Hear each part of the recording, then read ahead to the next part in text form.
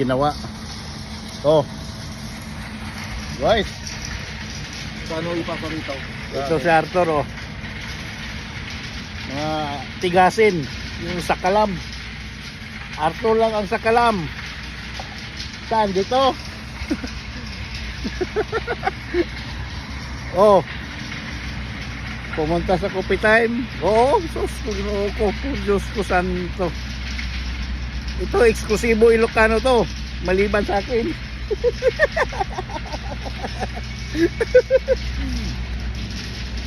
Paano i-transfer dito sa akin?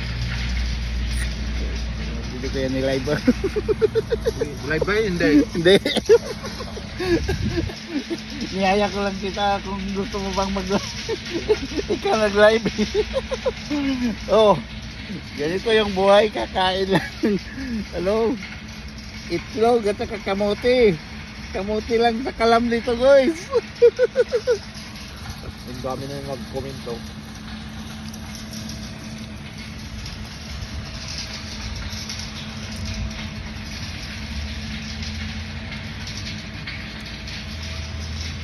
Oh, i-live mo na, Tor.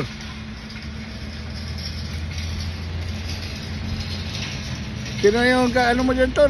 Yung byuda.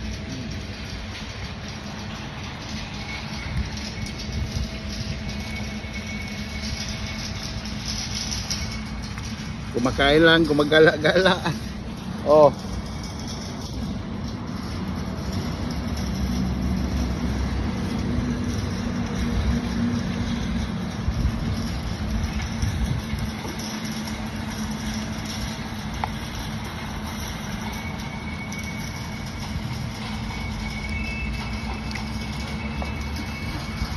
Kape lang.